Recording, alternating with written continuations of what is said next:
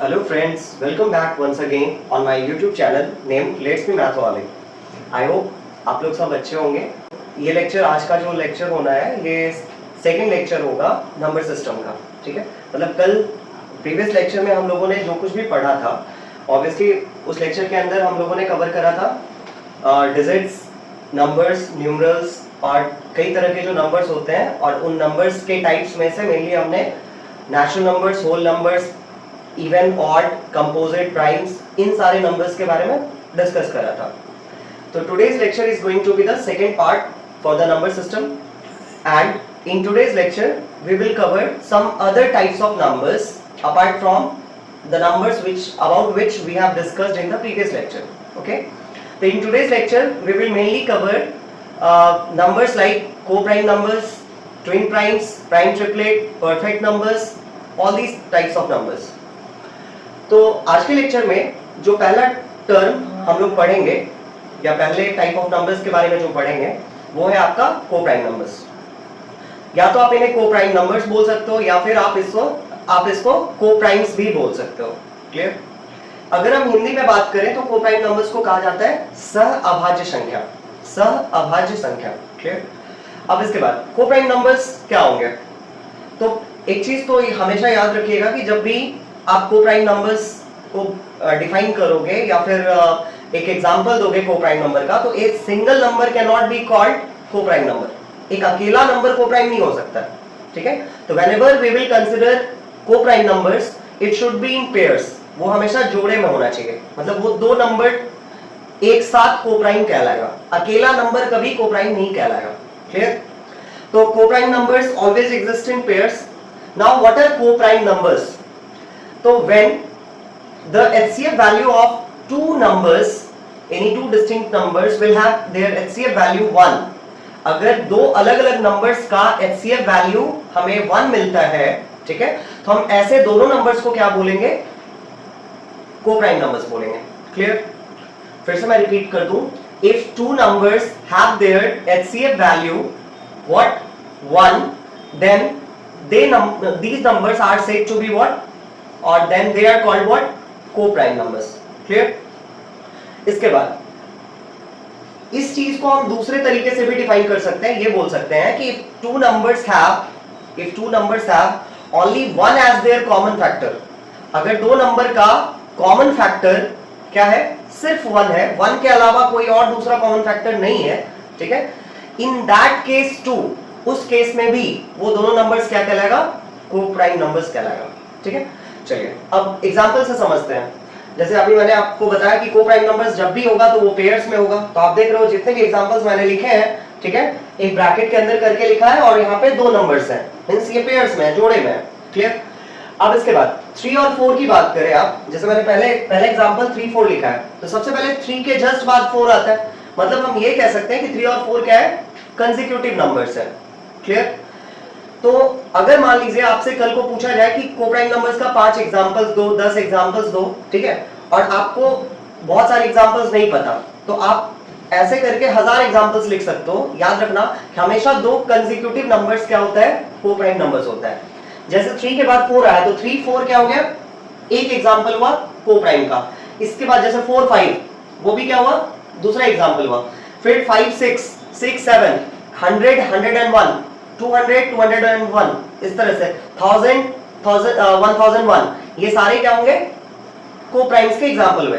तो कहने का मतलब हमेशा जो दो नंबर होगा वो अगर कंसेक्यूटिव है तो वो दोनों नंबर ऑलवेज एक एग्जांपल होगा किसका?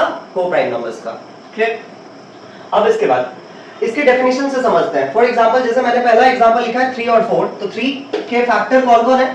फैक्टर मींस टू से कौन कौन ऐसा नंबर है जो 3 को डिवाइड कर सकता है।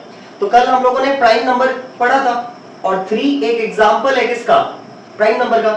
हमने ये पॉइंट बना करके भी लिखा था प्रीवियस लेक्चर में कि 3 is the smallest odd prime number, ठीक है। तो जब ये प्राइम नंबर है तो प्राइम नंबर वही तो होता है जिसके केवल दो ही फैक्टर्स हो, 1 एंड नंबर इटसेल्फ।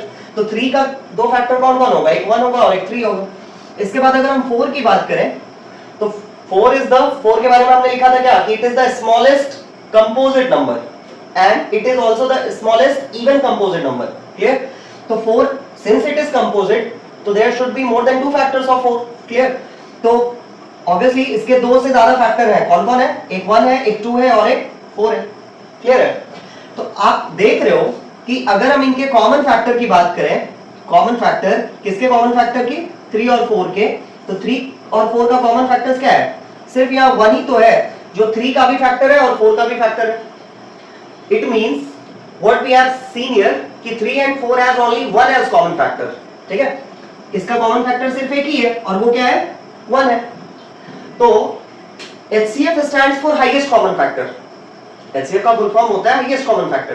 तो आप देख रहे हो कि दो नंबर में जब कॉमन फैक्टर सिर्फ एक ही बन रहा है और वो क्या है? 1 है, तो इसलिए हम इन दोनों नंबर्स को क्या बोलेंगे? को प्राइम नंबर्स बोलेंगे. ठीक है? क्योंकि इनका कॉमन फैक्टर एक ही है 1 के अलावा कोई और कॉमन फैक्टर नहीं होना चाहिए, तो भी हम उसको को प्राइम बोल सकते हैं. या फिर इनका HCF भी अगर आप देखोगे ना तो 1 ही आएगा. कैसे? क्योंकि आप देख रहे हो कि इनका कॉमन फैक्टर एक ही है, 1 है. ठीक है? तो जब आपके पास, आप ऐसा समझो कि किसी क्लास में सिर्फ एक ही स्टूडेंट है. ठीक है? तो और अगर पूछा जाए कि who is the tallest student of this class, तो जब एक ही बच्चा है तो वही टॉल, वही टॉलर, वही टॉलेस्ट. ठीक है? क्योंकि टॉलेस्ट कहने के लिए तो हमारे पास कम से कम 3 बॉयज होने चाहिए ना, या 3 स्टूडेंट्स होने चाहिए, सो दैट कि हम उनके हाइट्स को कंपेयर कर सकें. या टॉलर बोलने के लिए हमारे पास कम से कम 2 तो होने चाहिए ना. तो जब हाईएस्ट कॉमन फैक्टर में हम कॉमन फैक्टर में से जो हाईएस्ट है उसको कंसीडर करेंगे, तो इसके लिए तो एक से ज्यादा कॉमन फैक्टर होना चाहिए. बट हम यहाँ क्या देख रहे हैं कि यहाँ हमारे पास एक ही कॉमन फैक्टर है. इसका मतलब HCF क्या है? 3 और 4 का 1 है. ठीक है? चलिए और दूसरे एग्जांपल से समझते हैं. जैसे 9 और 10 की बात करें तो 9 का फैक्टर कौन है? एक 1 है, एक 3 है और एक 9 है. 9 कंपोजिट नंबर है. 9 के बारे में भी हमने लिखा था कि 9 is the smallest odd composite number. Clear? अब इफ वी टॉक अबाउट 10, तो 10 has also more than 2 factors since it is composite. Clear? Because we have read so कि apart from 2 there's no other prime number which is even. हमने पढ़ा था कि 2 के अलावे कोई ऐसा प्राइम नंबर नहीं है जो क्या है? इवन है. क्लियर? तो 10 की बात करें तो 10 के फैक्टर कौन कौन है? 1, 2, 5 और 10. क्लियर है?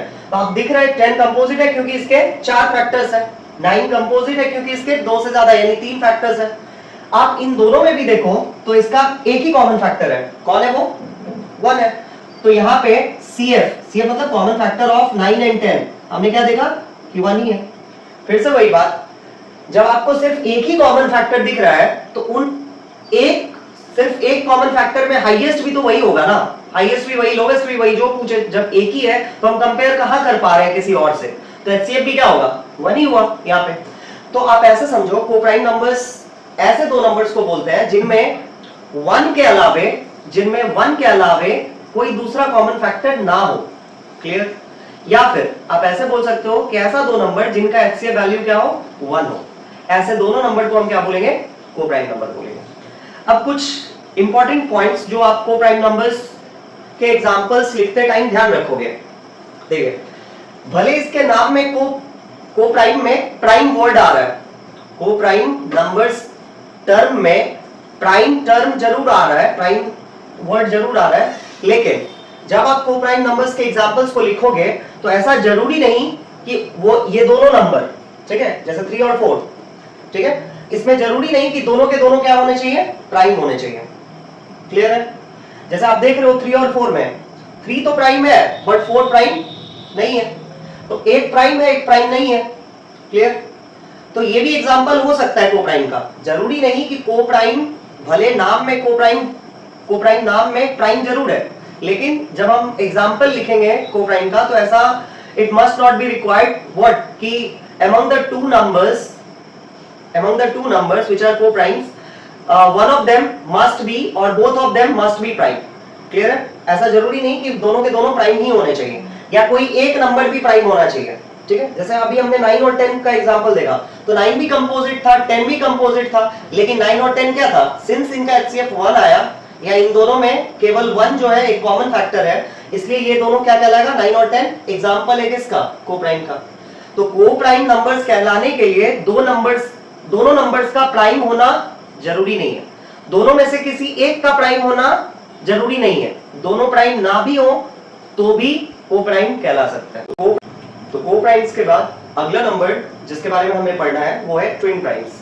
सबसे पहले ट्विन प्राइम्स, जैसे कोई ट्विन ब्रदर्स या ट्विन सिस्टर्स होते हैं तो उसमें दोनों भाई बहन, अगर ट्विन ब्रदर्स है तो दोनों भाई जुड़वे हैं, या ट्विन सिस्टर्स है मतलब दोनों बहन जुड़वी हैं। तो इसी तरीके से यहाँ ट्विन का मतलब भी, ट्विन प्राइम्स का मतलब भी होता है जुड़वा अभाज्य। ठीक है, अब हिंदी में तो जुड़वा अभाज्य बोलता है।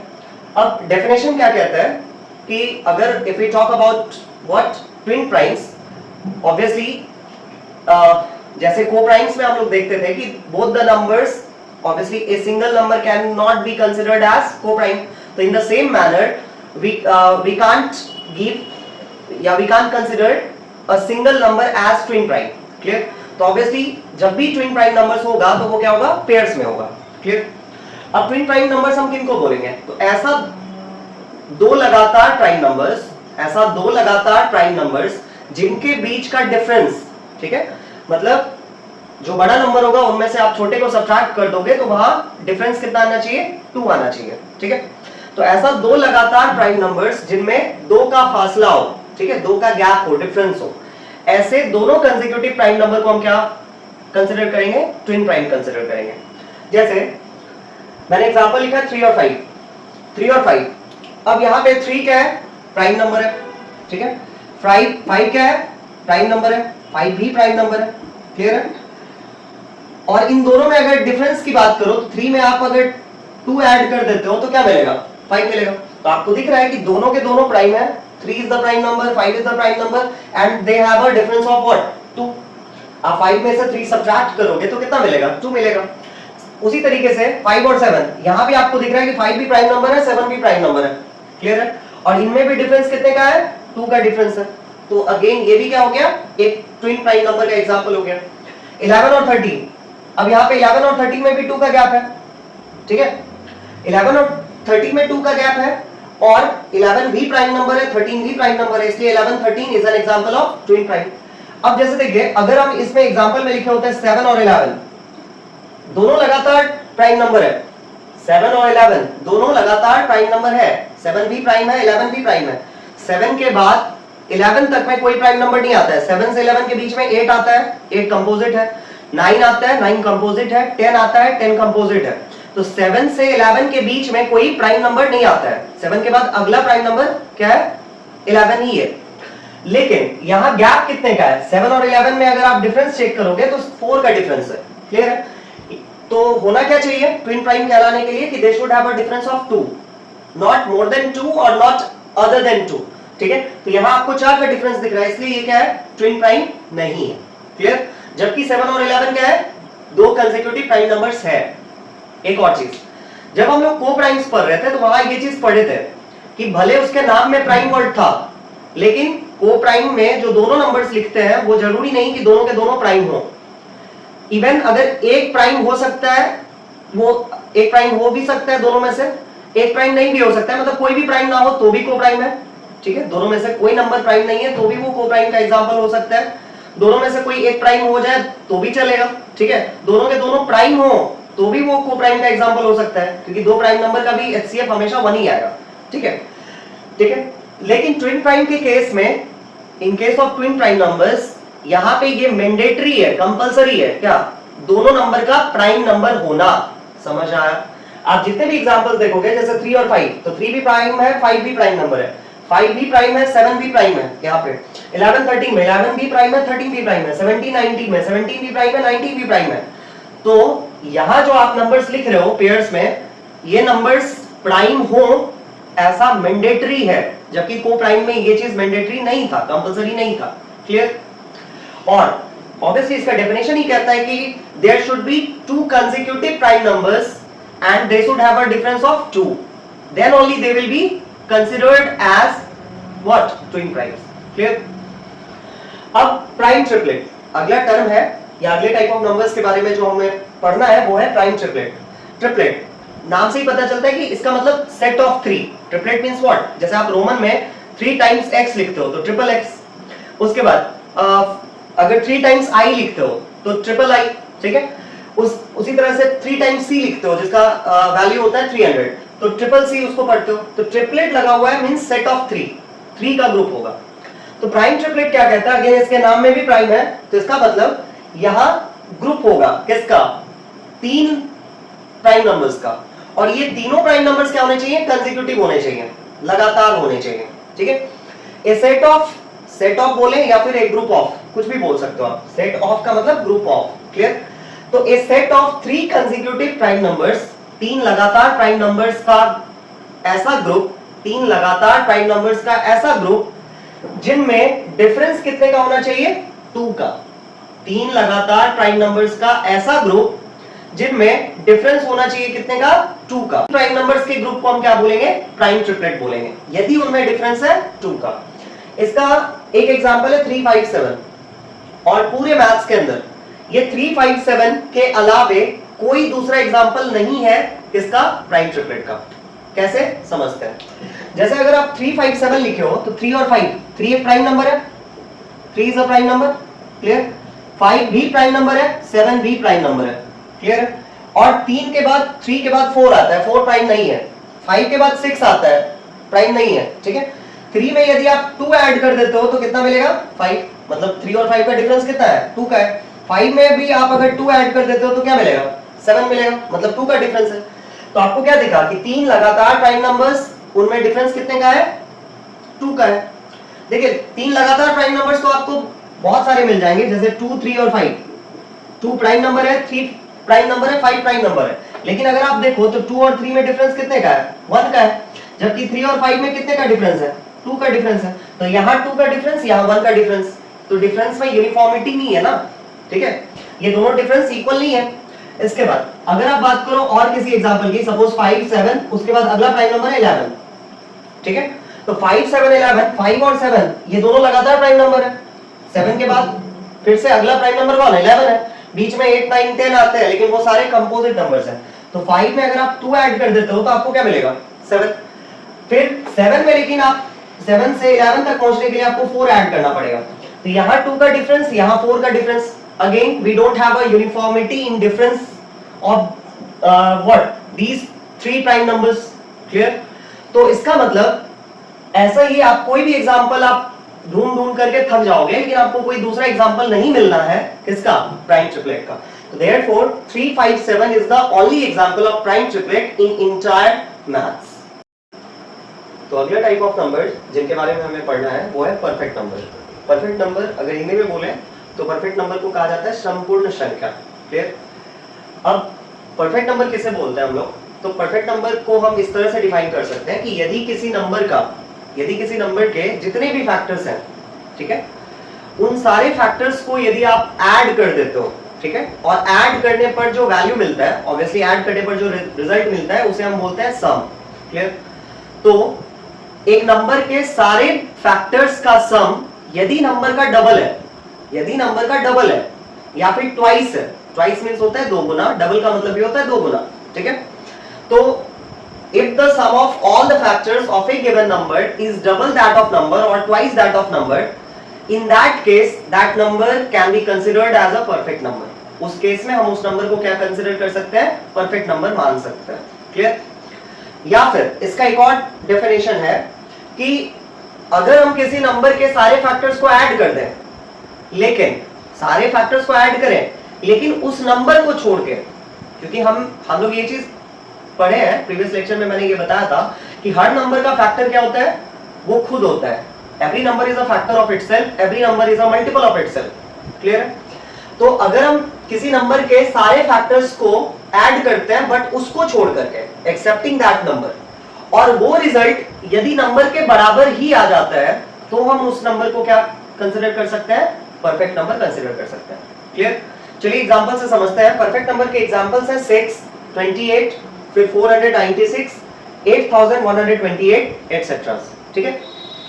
अब इसके बाद जैसे एग्जांपल के तौर पे मैंने 6 लिखा है, 6 कैसे एक परफेक्ट नंबर है समझते हैं। अगर 6 की बात करें तो which are the factors of 6? Obviously the numbers which will divide 6 exactly means to say कि जो नंबर से हमें 6 को डिवाइड करने पर रिमाइंडर 0 आएगा वो सब नंबर उसके फैक्टर्स कहलाए। उन्होंने 6 को एग्जैक्टली डिवाइड करा। तो सबसे पहले तो 1 is a factor of every number, that's why 1 is a factor of 6। 6 every number is a factor of itself, that's why 6 is also a factor of 6 itself। इसके बाद 2 and 3, since 6 occurs in the tables of 2 and 3 or 6 is a multiple of 2 and 3, that's why 2 and 3 are the factors of 6। so if we add all these factors of 6, so here we will obtain what? 1 plus 2 plus 3 plus 6, this will sum up to 12। इनका सम कितना आएगा? 12 आएगा। तो आप देख रहे हो कि ये जो 12 है ना, ये हमारे को जो गिवन नंबर था 6 उसका डबल मिला। ठीक है, तो अगर किसी नंबर के, हमने एक नंबर लिया था 6, इसके सारे फैक्टर्स को हमने ऐड किया और ऐड करने पर हमें क्या मिला? उस नंबर का डबल मिला। और जब ऐसा मिलेगा तो हम उस नंबर को क्या मान सकते हैं? परफेक्ट नंबर मान सकते हैं। क्लियर है? अब इसके बाद जैसे एग्जांपल के तौर पे जो दूसरा डेफिनेशन है वो उसके अकॉर्डिंग हम इसको ये करते हैं, ठीक है, वेरीफाई करते हैं। 6 के फैक्टर्स की बात करें तो 1 है, 2 है, 3 है और 6 है। अभी हमने देखा दूसरा डेफिनेशन क्या कहता है कि एक्सेप्टिंग दैट नंबर, उस नंबर को छोड़ दीजिए, क्योंकि 6 का फैक्टर खुद भी तो 6 है, तो इसको आप हटा दो। उसके अलावा कौन कौन बच गया? एक 1 बचा, एक 2 बचा और 3 बचा। आप इन फैक्टर्स को ऐड करो तो कितना मिलेगा? 3 + 2 5 + 1 6। क्लियर? अगर ये रिजल्ट उस नंबर के बराबर ही आ जाता है, और ऐसा कब आया? जब हमने 6 के फैक्टर्स में उसे खुद को क्या नहीं करा? इन्वॉल्व नहीं करा, इंक्लूड नहीं करा। ठीक है, तो 6 के फैक्टर मतलब किसी नंबर के फैक्टर्स का सम निकाला लेकिन उस नंबर को छोड़ देंगे, और ये सम यदि नंबर के इक्विवेलेंट आ गया, बराबर आ गया, तो भी हम उस नंबर को क्या कंसीडर कर सकते हैं? परफेक्ट नंबर कंसीडर कर सकते हैं। इसी तरीके से आप 28 के फैक्टर्स की बात करो तो 28 1 इसका फैक्टर है, 2 इसका फैक्टर है, 4 इसका फैक्टर है, फिर आपका 7 इसका फैक्टर है, फिर इसका 14 एक फैक्टर है और एक फैक्टर 28 है। इन सारे फैक्टर्स को यदि आप ऐड करोगे तो यू विल गेट व्हाट? 56। आप इन सारे नंबर्स सारे फैक्टर्स को ऐड कर दोगे तो 2 + 1 3, 3 + 4 7, 7 + 7 14, 14 + 14 28, 28 + 28 56। क्लियर? तो अगर इन सारे नंबर्स को आप ऐड करोगे तो ये मिलेगा कितना? 56। और 56 क्या है? 28 का डबल है, इसलिए 28 क्या है? परफेक्ट नंबर है। बाकी जिन नंबर्स को मैंने इस एग्जांपल में नहीं लिखा है वो क्यों परफेक्ट नंबर नहीं है? क्योंकि उनके सारे फैक्टर्स को ऐड करने पर उस नंबर का डबल नहीं मिल रहा था, ऑब्वियसली, इसलिए उसको परफेक्ट नंबर के कैटेगरी में नहीं इंक्लूड करा गया। क्लियर है? तो सारी टाइप्स ऑफ नंबर्स तो हो गए। अब इसके बाद अगला नंबर सिस्टम के अंदर जो हमें टर्म्स पढ़ना है वो है इंटीजर। ठीक है, इंटीजर को इन हिंदी हम लोग पूर्णांक बोलते हैं। इंटीजर को हिंदी में पूर्णांक कहा जाता है। अब इंटीजर्स बोलते किसको है? तो सारे नेचुरल नंबर्स मतलब सारे counting numbers, that is 1 2 3 4 5 6 so on up to infinity. Clear? सारे नेचुरल नंबर्स उनके साथ जीरो। तो आपने ये भी पढ़ा होगा कि सारे नेचुरल नंबर्स के साथ जब जीरो आ जाता है तो हम उसको क्या बोल सकते हैं? Whole numbers. ठीक है, all the natural numbers including zero is called what? Whole number. तो यहाँ पे इंटीजर्स क्या है? सारे नेचुरल नंबर्स साथ में जीरो, और इसके अलावा सारे नेचुरल नंबर का नेगेटिव, मींस ये जो 1 2 3 4 5 6 सारे नेचुरल नंबर थे उन सब के आगे यदि माइनस का साइन लग जाए, मींस -1 -2 -3 -4 -5 -6, और उसका कोई लिमिट नहीं है, ऑब्वियसली ये माइनस इंफिनिटी तक जाएगा। ठीक है, जैसे नेचुरल नंबर इंफिनिटी तक जाता है लेकिन वो सारे पॉजिटिव होते हैं, तो उनके आगे अगर माइनस लग जाए तो -1 -2 -3 -4 ये भी माइनस इंफिनिटी तक जाएगा। क्लियर? तो ये जो पूरा क्लस्टर होगा, पूरा ग्रुप होगा जिसमें सारे नेचुरल नंबर होंगे, सारे नेचुरल नंबर के साथ साथ जीरो होगा और सारे नेचुरल नंबर का नेगेटिव होगा, ये सब क्या कहलाएगा? इंटीजर्स कहलाएगा। ये पूरा ग्रुप, इंटायर ग्रुप कहलाएगा इंटीजर्स, जिसको इन हिंदी हम लोग पूर्णांक बोलते हैं। क्लियर? अब इसके बाद अगर वही मैंने एग्जांपल्स में भी लिखा है कि इंटीजर्स जो है वो सारे natural number 1 2 3 4 5 6 7 8 dot dot dot infinity तक ये सारे पॉजिटिव है। इनके आगे अगर कोई साइन नहीं दिख रहा है तो ये अंडरस्टूड होता है, जैसे 4 है तो 4 इज अ पॉजिटिव इंटीजर, उसके आगे प्लस दिखाने की जरूरत नहीं होती है, वो अंडरस्टूड होता है कि वो पॉजिटिव का 4 है। क्लियर है? इसके बाद जीरो, सारे नेचुरल नंबर के साथ साथ जीरो, और सारे नेचुरल नंबर अगर आप देखो तो यही 1 2 3 4 जो नेचुरल नंबर था यही सब यहाँ लिखा हुआ है, बस है क्या? इनके आगे माइनस साइन भी है, मतलब सारे नेचुरल नंबर का नेगेटिव। तो ये पूरा ग्रुप क्या कहलाएगा? और ये कहां तक जाएगा? इसका भी कोई एंड नहीं है तो माइनस इंफिनिटी तक जाएगा। क्लियर है? तो ये कुल मिलाकर के हम ये बोल सकते हैं कि जो इंटीजर्स होता है, इंटीजर्स के सेट को i या z से डिनोट करते हैं। अभी हम उस पर बात करेंगे बाद में।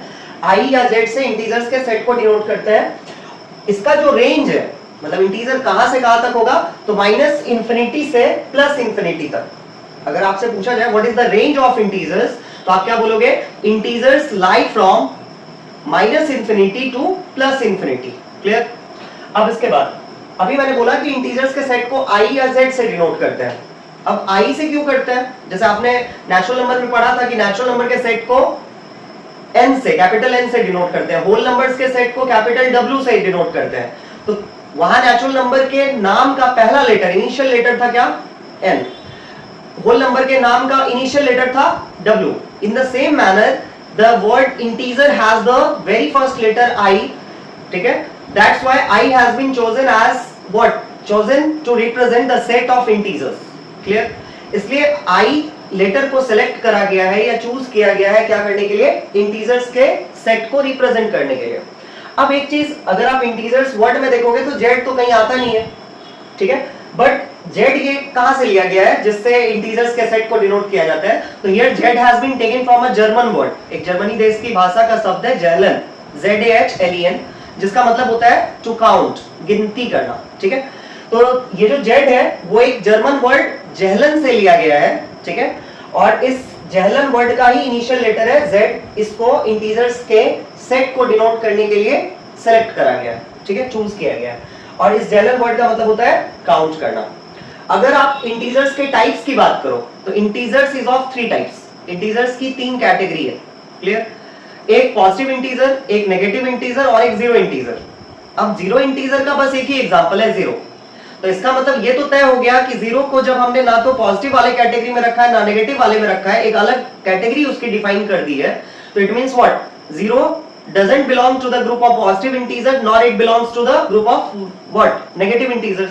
It means zero is neither a positive integer nor a negative integer. Clear? अब integers 3 तरह के होते हैं, नेगेटिव इंटीजर्स, जीरो इंटीजर और पॉजिटिव इंटीजर। पॉजिटिव इंटीजर को हिंदी में कहा जाता है धनात्मक पूर्णांक। क्लियर? जीरो इंटीजर को शून्य पूर्णांक और नेगेटिव इंटीजर को ऋणात्मक पूर्णांक। क्लियर? इसके बाद नेगेटिव इंटीजर्स, ऑब्वियसली इनका कोई डेफिनेशन नहीं है। आप कह सकते हो सारे नेचुरल नंबर का जो नेगेटिव है वो सब नेगेटिव इंटीजर्स का एग्जांपल हो गया। -1, -2, -3, -4 सो ऑन माइनस इंफिनिटी तक। क्लियर? जीरो इंटीजर का एक ही एग्जांपल है जीरो।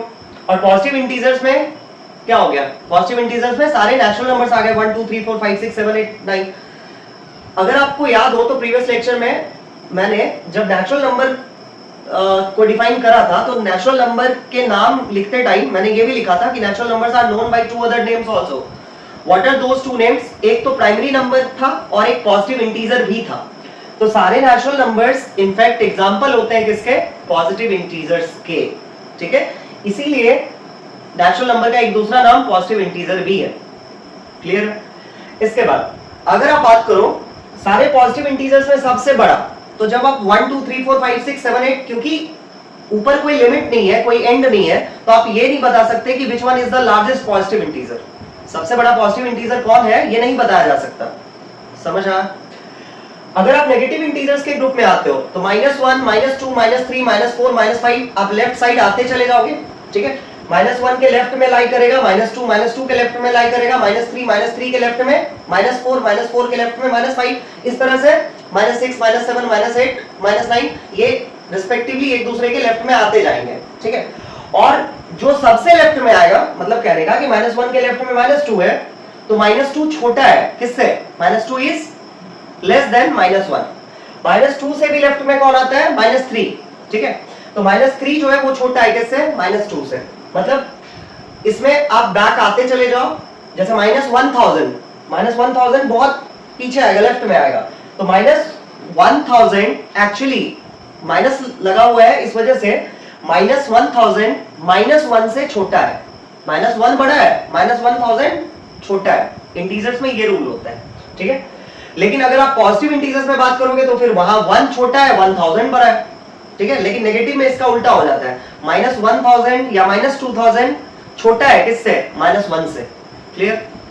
एक्चुअली नेगेटिव इंटीजर्स में क्या होता है कि जिनका वैल्यू एक्चुअली बड़ा होता है, माइनस साइन सिंस वो होल्ड कर रहे हैं, इस वजह से जिनका वैल्यू एक्चुअली बड़ा है, अगर हम माइनस को नेगलेक्ट करें, ठीक है, हटा दें, तो जो एक्चुअली बड़े थे, ठीक है, नेगेटिव लगने की वजह से उनका वैल्यू छोटा हो जाता है।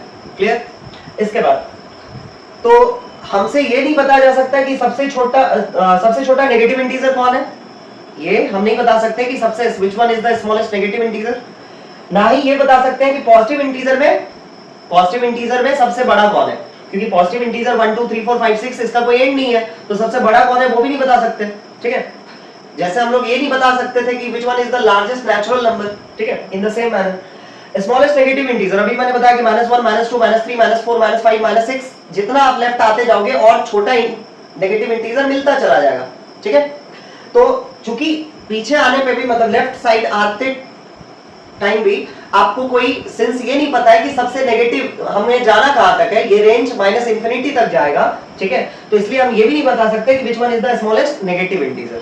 क्लियर? लेकिन दो चीज बताया जा सकता है क्या, एक तो ग्रेटेस्ट नेगेटिव इंटीजर, सारे नेगेटिव इंटीजर में सबसे बड़ा कौन है, तो सारे नेगेटिव इंटीजर में सबसे बड़ा है -1। क्लियर? उसके बाद अगर आप बात करो सबसे छोटा स्मॉलेस्ट पॉजिटिव इंटीजर कौन है, तो स्मॉलेस्ट पॉजिटिव इंटीजर है क्या, 1। क्लियर? अब इसके बाद अगर आप नंबर लाइन की बात करो, नंबर लाइन ऑब्वियसली एक लाइन जिसके ऊपर हम लोग नंबर्स को रिप्रेजेंट करते हैं। ठीक है, तो नंबर लाइन पे सेंटर में हम लोग 0 को प्लॉट करते हैं और 0 के लेफ्ट में सारे नेगेटिव इंटीजर्स। ठीक है, on the number line we usually depict और we usually show all the negative integers lying to the left of 0. Clear? And every positive integers will lie to the right of 0 on the number line. सारे जो negative integers हैं वो number line पे 0 के left में बाईं तरफ लाई करेंगे, और जो पॉजिटिव इंटीजर्स हैं वो सारे के सारे 0 के राइट साइड लोकेटेड होंगे या लाई करेंगे। क्लियर? तो आज के लेक्चर में जो ये सेकेंड पार्ट था नंबर सिस्टम का, इसमें हम लोग जितने भी बेसिक टाइप्स ऑफ नंबर्स जितना जानना जरूरी होता है वो सब हमने कवर किया। ठीक है, और उसके बाद और भी नंबर्स हैं, जैसे रैशनल नंबर्स हैं, इरैशनल नंबर्स हैं, तो ये जहां जिस क्लास में है, जैसे क्लास 8 में रैशनल नंबर है, क्लास 7 में भी रैशनल नंबर है, तो उनके लिए जब स्पेसिफिक उस पर्टिकुलर चैप्टर का ये लेक्चर वीडियो अपलोड होगा, ठीक है, तो उसमें उन नंबर्स के बारे में बात करी जाएगी। तो ये बेसिक टाइप्स ऑफ नंबर्स थे जिनके बारे में सबको एक बेसिक फैमिलियरिटी होनी चाहिए, तो इसको मैंने अलग से एक सेपरेट नंबर सिस्टम के वीडियो में रखा है। ठीक है, आप लोग इसको जाकर के देखोगे और हर नंबर के बारे में एक बेसिक अंडरस्टैंडिंग तो होनी ही चाहिए। ठीक है, क्योंकि ये मैंने बहुत सारे बच्चों को पढ़ाते टाइम ये ऑब्जर्व किया है कि वो क्लास 9 के बच्चे हैं, क्लास 8 के बच्चे हैं, but they are not knowing what is prime number. ठीक है, व्हाट इज कंपोजिट नंबर। तो और कुछ ऐसे बच्चे भी होते हैं जो क्लास 5th में होते हैं and they are able to answer the definition of what prime number, co prime number, composite number.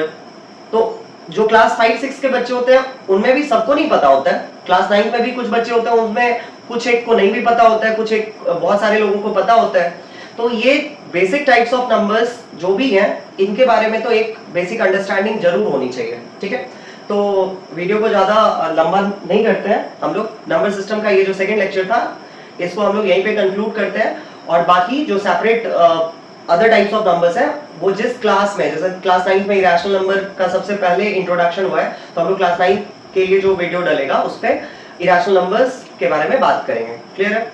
अगर क्लास 9 में रैशनल नंबर के बारे में भी बात करी गई है तो वहां भी हम लोग रैशनल नंबर के बारे में बात करेंगे। ठीक है, चलिए, thank you, have a good day.